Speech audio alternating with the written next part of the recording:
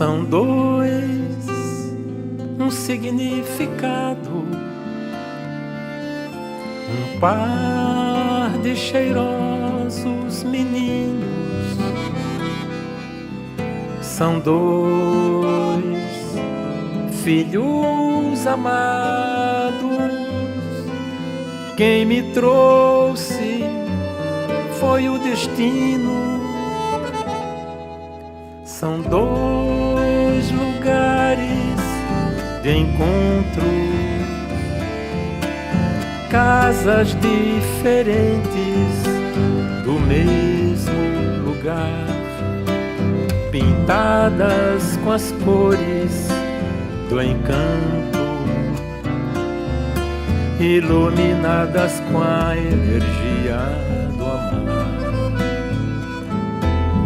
São dois pedaços do universo que se romperam de mim, criados no mundo e no verso, lapidados pela luz vermelha do carmim. São olhos para ver meu mundo, seres animados pela retina, que andam lado a lado no fundo, revelando a minha alma nordestina. São dois filhos, são dois riachos que correm e desaguam no meu coração. São dois filhos, são dois riachos que correm e desaguam no meu coração.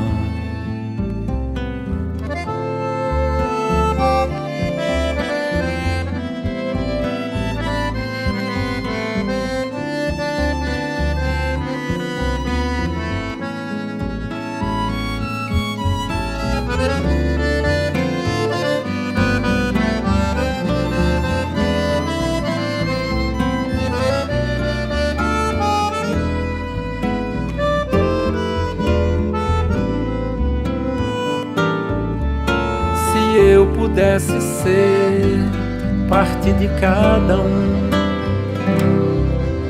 mostraria ao mundo o meu lado iluminado,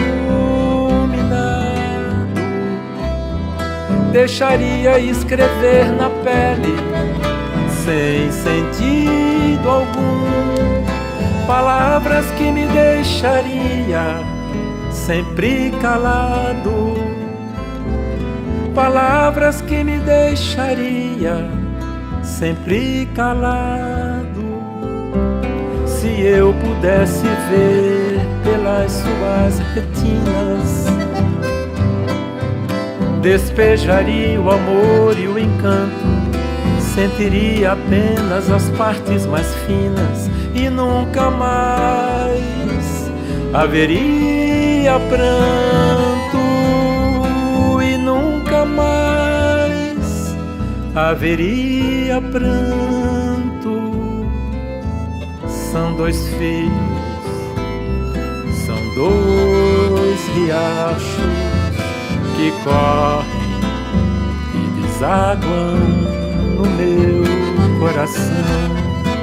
São dois filhos, são dois riachos que correm e desaguam no meu coração.